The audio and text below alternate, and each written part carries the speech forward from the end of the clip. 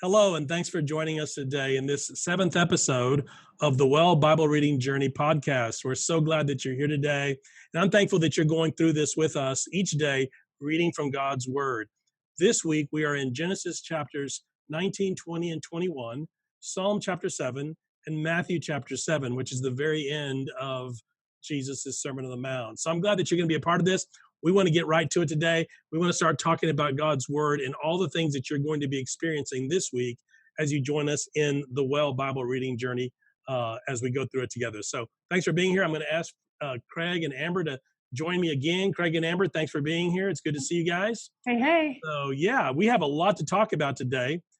So many things in these chapters, especially Genesis.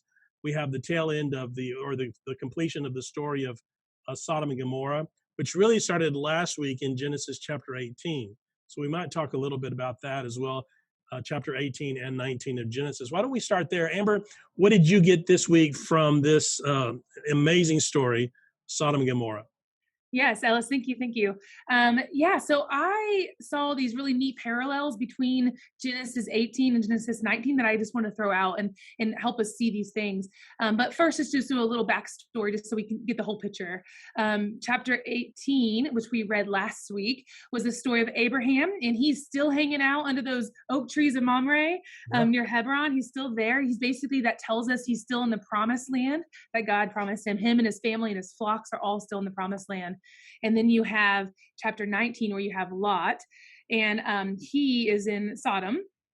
And you have Abraham getting visited by God in the form of three men, and Lot being visited by two of those three men at the beginning of 19. Yeah. And there's some really neat parallels here that I wanted to point out. So first, you have Lot sitting at the gate of the city, and you have Abraham sitting at the door of his tent. Yes. And then right after that, you have Lot saw and rose up and went out to greet the two men he saw. And then you have Abraham who looked up, saw, and ran out to greet the three men he saw. Yeah. And then you have Lot, he bowed to the ground. And you have Abraham, he bowed to the ground. Right. And then Lot addresses the men. Lot addresses the men, my lords, lowercase, plural. Right. And you have Abraham addressing the men and says, my Lord, capital and singular. And then you have Lot, the story of him washing his feet and having a meal and providing for them, having a meal with them. And you have Abraham and Sarah doing the same thing. They wash the feet, they have a meal. So those are the two parallels of the two stories, which is really, really neat to see those side by side. Ellis, if you don't mind, I have three things I want to point out about those things. Awesome, right. Thank you.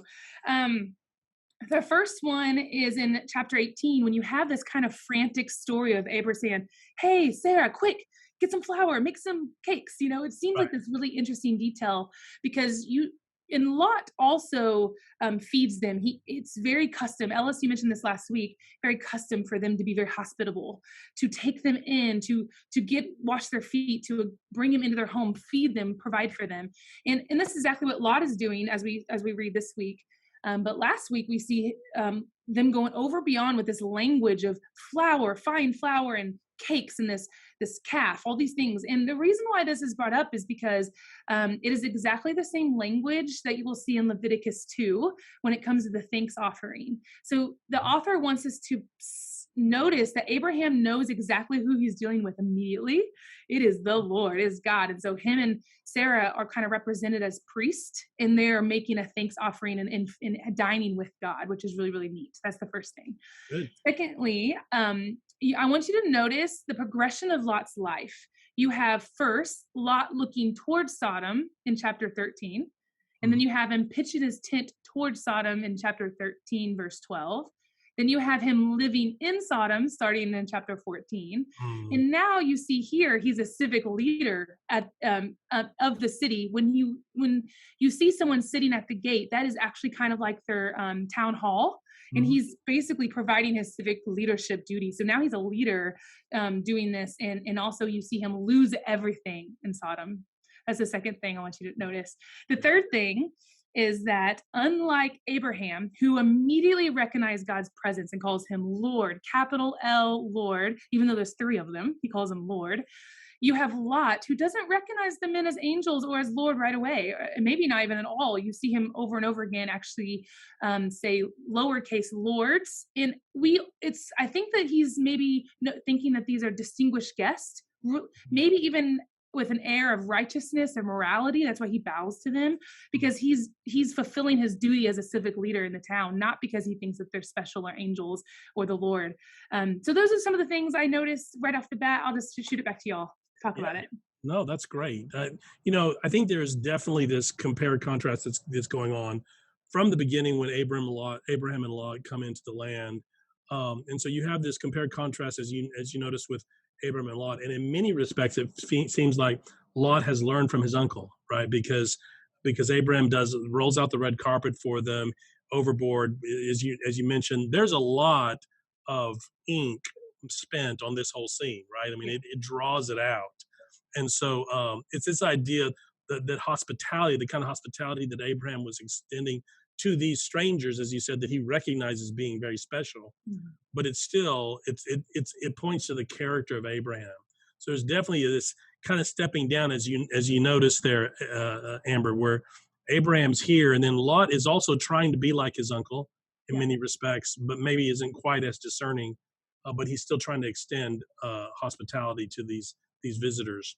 And then you have the character of the men of Sodom, right? I mean, which is just awful. They're just they want to brutalize, they want to rape, they want to control. Basically, they want to domineer. It's this real comparison that certainly is going on in the text. That's a really good catch. Did you see some of that as well in your studies, Craig? I did. Exactly what you both have already pointed out between chapters 18 and 19. Just this incredible compare and contrast, and for me, it really boils down to chapter 18 being a picture of life with God inside of righteousness with God, versus 19, which is the picture of life outside of God that Lot was dealing with in the middle of Sodom and Gomorrah in the city and all the wickedness that he was in the midst of. Specifically looking at chapter 18 a little bit more, verses 16 through 33, Abraham is what I would say arguing with God, right? He's pleading for Sodom and Gomorrah for the sake of 50, 40, 30, etc. number of righteousness, all the way down of the righteous people, all the way down to 10 people. Yeah. And it's this, to your point, you've already made, Ellis, this long, drawn-out conversation. But it's this point the author wants to make. God is a talkative God. Robert W. Jensen is a Lutheran theologian who made a conversation that God is a conversationalist, and he created us as human beings to have conversations with. And what's more, he demands an answer. And Abraham has no problem giving him not only answers, but questions of his own. Why do you have to destroy this city if there are some righteous people among them? And really, we start to see the template for how God will find and make the way forward, first through Israel, and then ultimately through Jesus. We see the righteous saving the unrighteous. And in this case, in Sodom and Gomorrah, that doesn't really pan out, obviously. We know what happens to destroy it in fire and brimstone. But we get the sense that the pattern is set. We know God's heart now, and he's looking for that righteous one, who he finds obviously in Jesus, and Jesus is the righteous one that saves all the rest of us unrighteous folk. Yeah, no, that's excellent, and I really love what you pointed out about God being a conversationalist, and that maybe this, because Moses does the same thing. Moses has this what could only be quantified as almost an argument with God, a back and forth. Please don't destroy the people. He even takes ownership of it. So Moses has this conversation with God. We see Abraham having this conversation with God. Elijah had the same kind of conversations with God. Jeremiah, who was half the time was just screaming at God, right? It's always like the most spiritual and most devoted and most, intimate relationships with God center around this very raw and real conversation of just sharing what you're really thinking with God, right? And Abraham was really concerned about the people in Sodom and Gomorrah, and not the least of reason, which was that his nephew, who he loved, was there, right? So that's a real interesting piece. And maybe the point of it, we want to ask, well, does God change his mind, right? Because it seems like God is keeps changing his mind. Like, okay, well, I'll do it for this many. Yeah, I'll do it for that many too, right?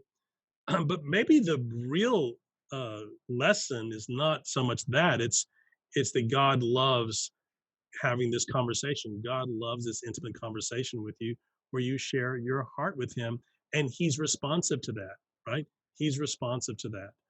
So that's excellent. Yeah. Yeah, Go I ahead. think it's interesting because I see it like he's just interceding, and I think we intercede with God all the time. We might it's like we remind him of his own character. God, we you know you are good, Right, and right, right. I know that you love me. So I'm interceding. I'm pleading with your own character to remind you because I need something. Like he's I don't know. I think that's how I kind of see it. Yeah, and And he's I don't think exactly. it's an accident. We just the well is put together, I think, in a divinely inspired way. Mhm. Even though humans have made it, but it's not an accident that we just read in Matthew 6 the model prayer that Jesus teaches us last week. Prayer is our entry into that conversation with God, and we've been taught how to enter into that conversation. Yeah, no, absolutely. We have.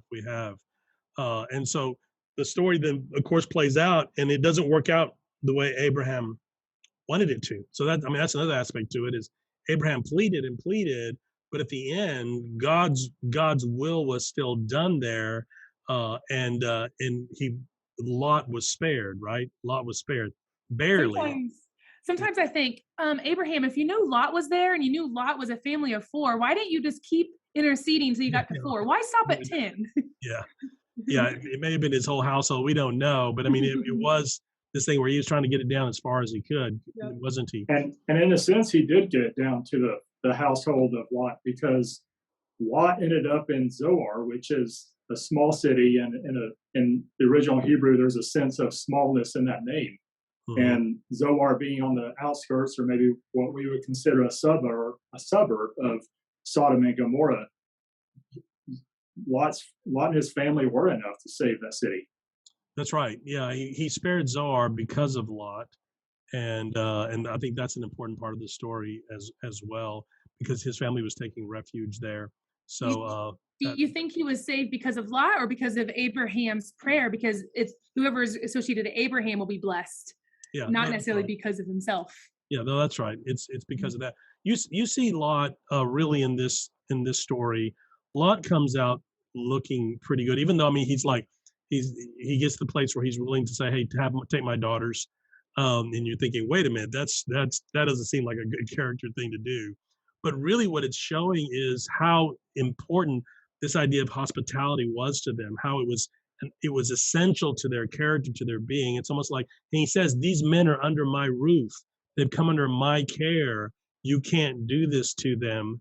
This was very much a Hebrew a kind of essential belief in that era where you were good to your word, and when you took in someone, you were being hospitable to them, that they were like family. You became like family, right? It was essential in that time. So you So see, much so, so much so he throws his daughters out in a sense of trying to protect the angels or the men of the Lord, and and maybe that's in one sense a, a testament or a message of our own mistreatment of women throughout history.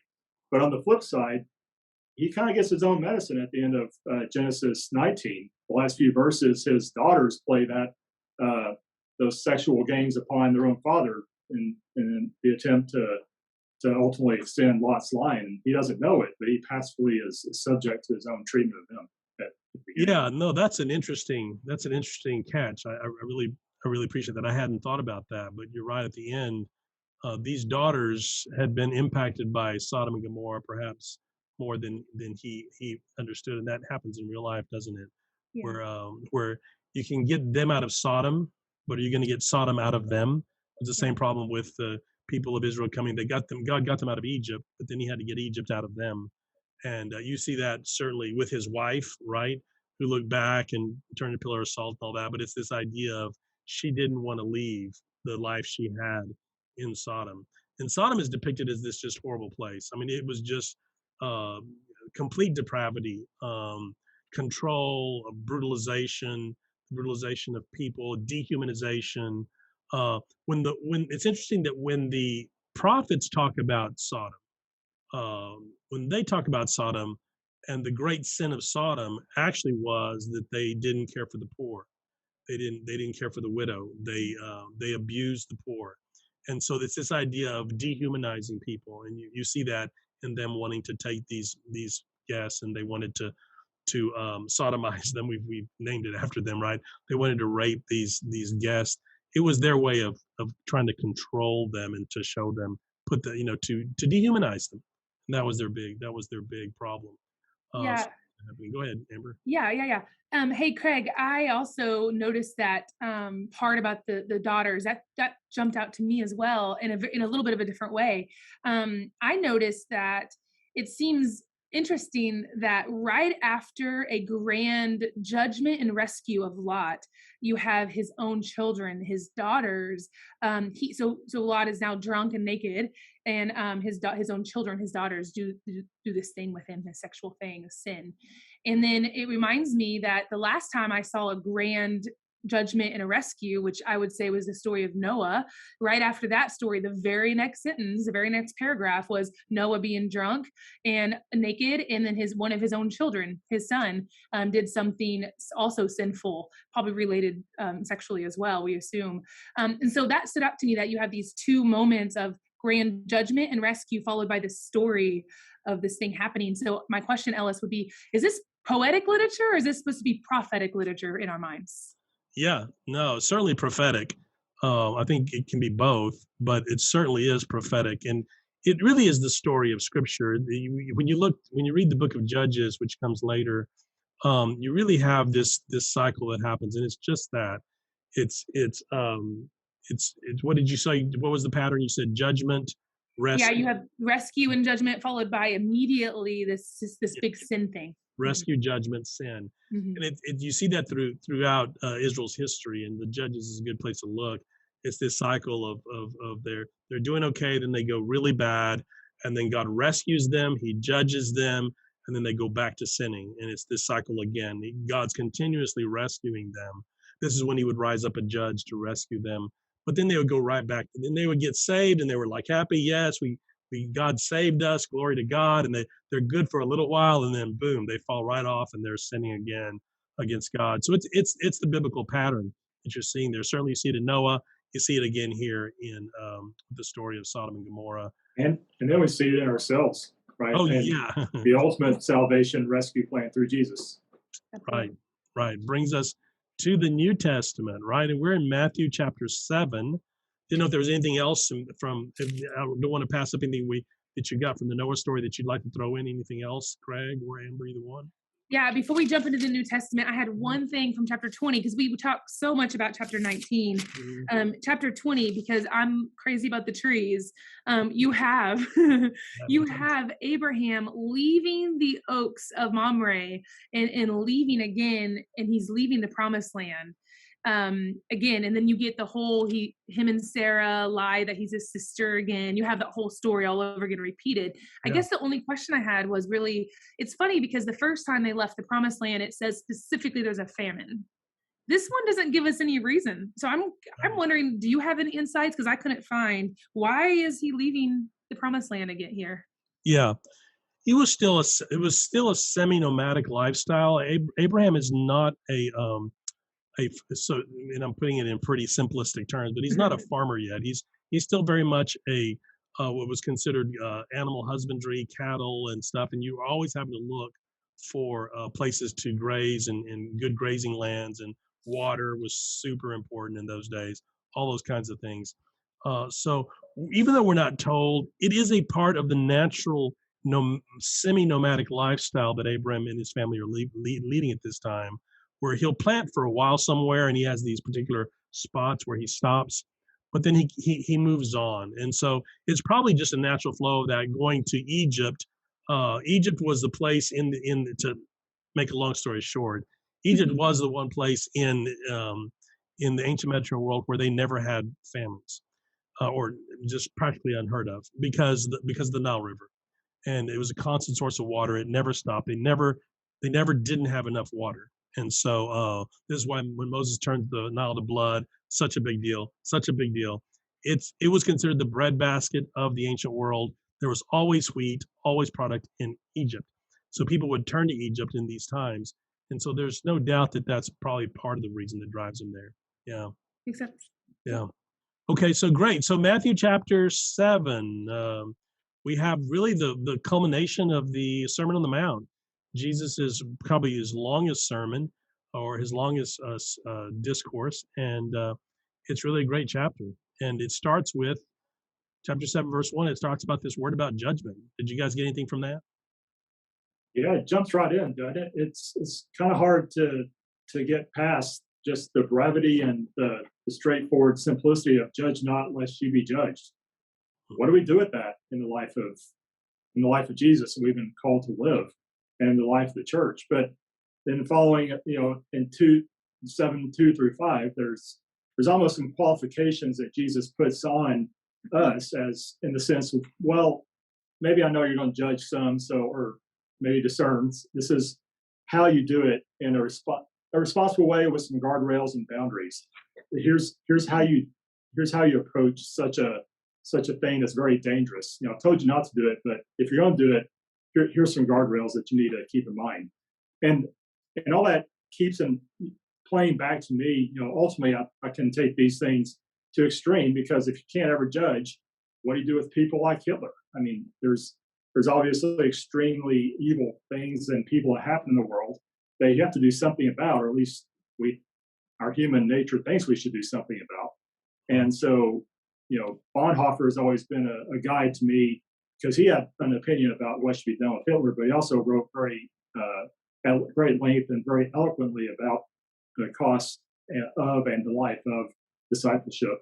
So really just first curious about your thoughts, Ellis, on this sense of we don't judge, but we're also called to be wise as serpents and innocent as doves, and discerning out in the world, especially the church itself. So how do we reconcile those two sides of the coin?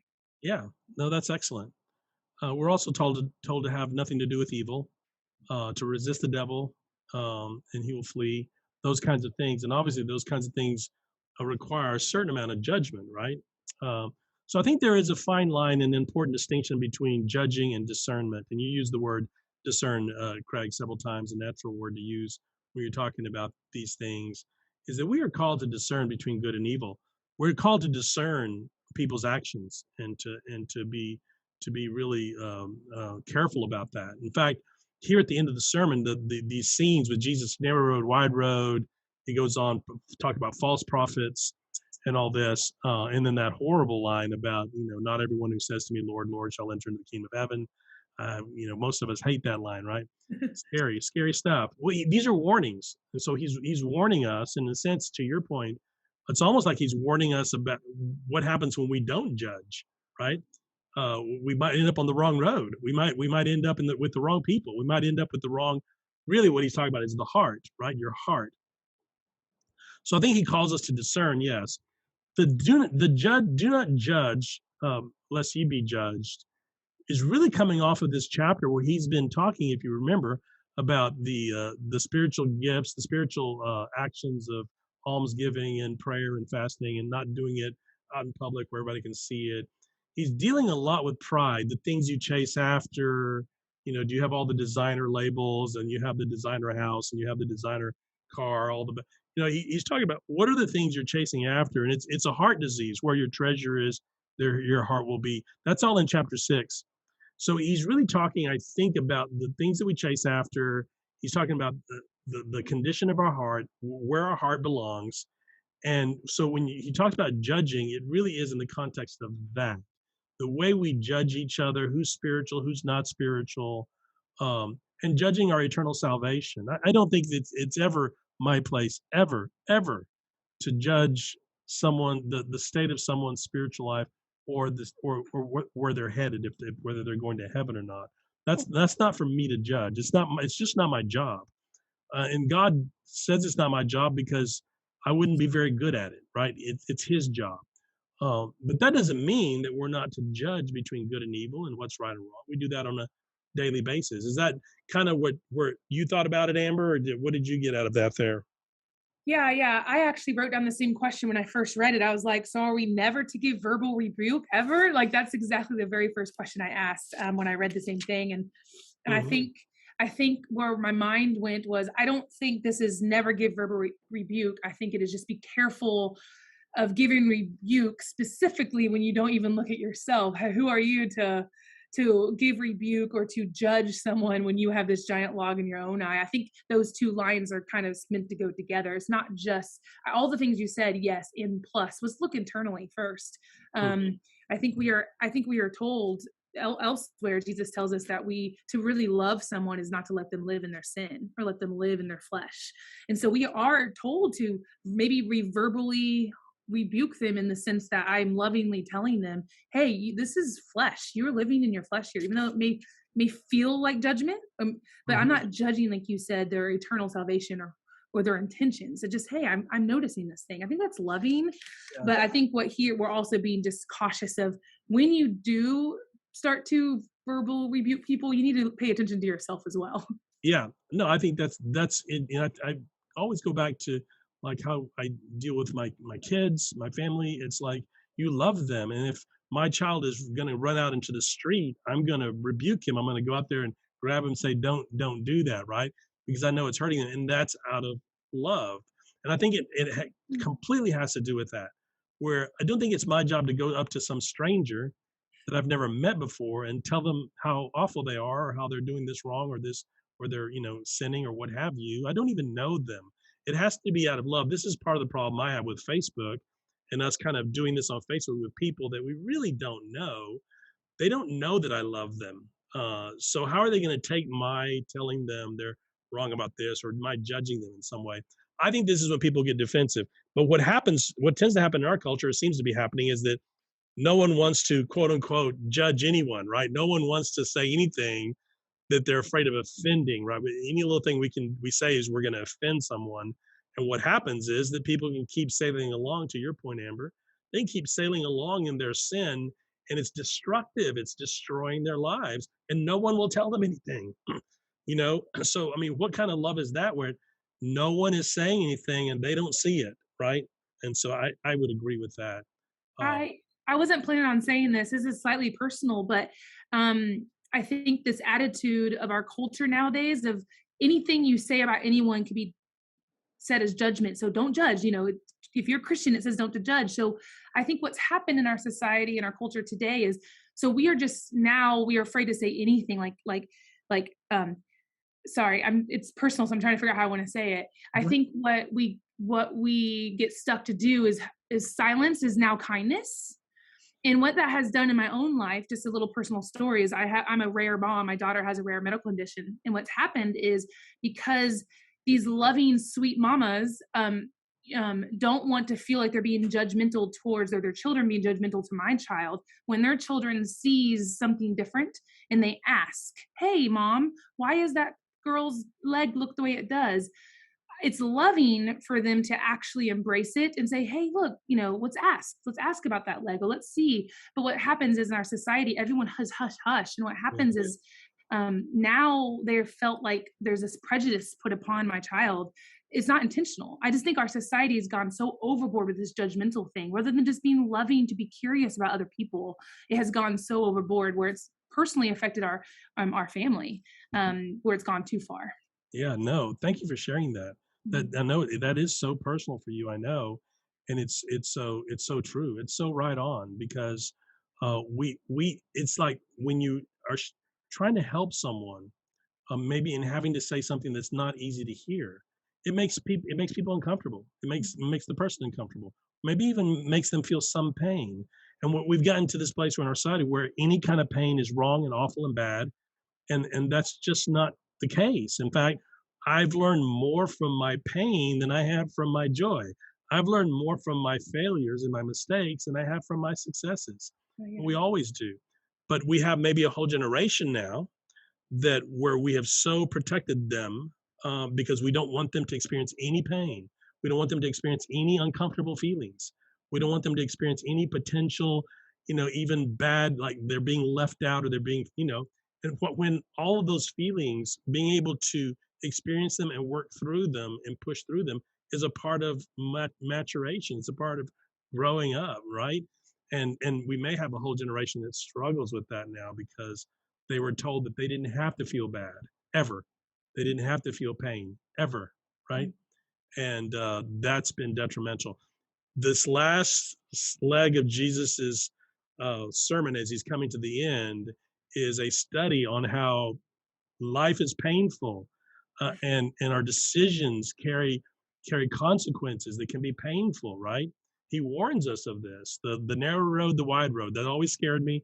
Always worried. I'm not on the narrow road. I'm on the wide road. Um, the not everyone who says to me, Lord, Lord, shall enter the kingdom of heaven. There are false prophets. And I think he's speaking there to the heart, right? I mean, is that what you guys got from it with the not everyone who says to me? Because I always read that when I was younger, going, "Oh my gosh, I hope my luck, that's me, right? I'm the one that's not really Jesus never knew, right?" Yeah, Bonhoeffer speaks of this and talking about discipleship. His book Cost of Discipleship is just brilliant. If you haven't read it, I know we have here probably, but our viewers, if you haven't read it, I highly recommend it. But one quote from him really brought Jesus being the narrow way and the gate that we travel, of course, in life with the church. But he picks up on this theme: to believe in Jesus' promise that those who follow shall possess the earth, but to encounter the enemy unarmed, to prefer suffering and justice to doing ill, that is the narrow road. To perceive other people as being weak and wrong, but still never to judge them, to proclaim the good news to them, but never to throw pearls before swine, that is the narrow road. And it is an unbearable road.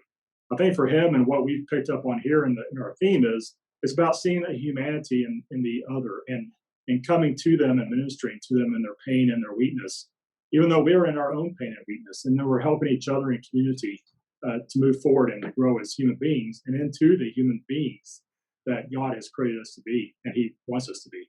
Yeah. And reading Bonhoeffer is almost as much knowing about what his context, right? Right. Being in Nazi Germany, being a dissenter, eventually losing his life because he went against Hitler. It makes his words all that much more amazing and powerful when he talks about it. And it boils down to loving God and loving the other, right? Even the ones who are not like you, to loving them. Yeah, good.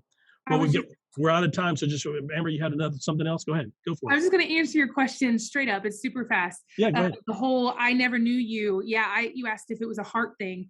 I agree. First of all, that verse has always been like, oh, that's a scary verse. But I think you're right, Ellis. I think it's a heart thing because I think to know Jesus, because even the demons, even the devil knows Jesus. They know who he is. They know God. So not knowing him is not enough. You have to know him. You have to accept him, and you have to actually turn. And it's the turning of your heart. It's the transition of that moving from your heart. That is what it takes for him to know you. Good. Yeah, absolutely. Where Jesus says, "You love me, obey my commands." This is how that love is manifested. Well, hey guys, thanks. There was so much in Genesis, the Genesis chapters we went over. There's so much here in Matthew chapter 7. I hope you guys out there will just really get so much this week from these chapters. There's a lot packed in there. Try to focus in on one or two things that God gives you each day. You don't have to necessarily think about all of it because it's a lot, but try to focus in on those one or two things, asking God to speak to you and to give you the things he wants you to know for that day that are just for you. And I pray that God blesses you this week as you study him together. And I pray that God blesses you as you worship him and obey him. God bless you, and we'll see you next week. Have a good week. All right.